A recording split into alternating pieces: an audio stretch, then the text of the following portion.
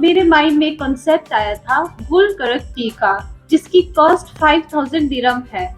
तो हमने बोहो कैफे में उसका वर्ल्ड रिकॉर्ड हासिल किया था।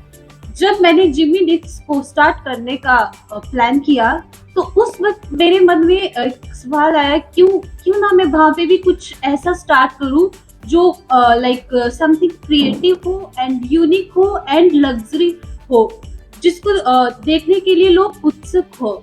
हमारे जिम्मी में लॉन्च और कैफे में आए और उसका एक्सपीरियंस करे। तो मेरे मन में सवाल आया कि मैं वर्ल्ड का सबसे कॉस्टलीस्ट मॉकटेल्स लॉन्च करूं सबके सामने। सो इस वर्ल्ड कॉस्टलीस्ट मॉकटेल की कॉस्ट है 12,099 दिरहम।